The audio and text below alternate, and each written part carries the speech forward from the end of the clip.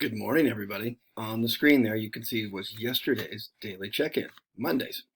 And here was the table that you were given. You were given 4 x values. Again, remember, we can choose our x values. That's the independent variable.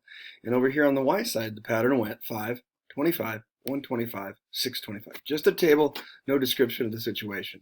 You can see that's multiplication by 5. And when you have multiplication, that represents exponential growth. Multiplication, division, we've learned with a number less than 1 also can be exponential. And remember, percentages, it fall into that exponential growth category, growth and decay. So that was your check-in for yesterday. Remember to complete your Tuesday, your Wednesday, Thursday if you'd like, or you could just do Tuesdays and plan it out over the whole week. It's really up to you. Remember, if you're doing late work from previous weeks, make sure you email me. It's okay to do. Just make sure you let me know. Have a great Tuesday. See ya.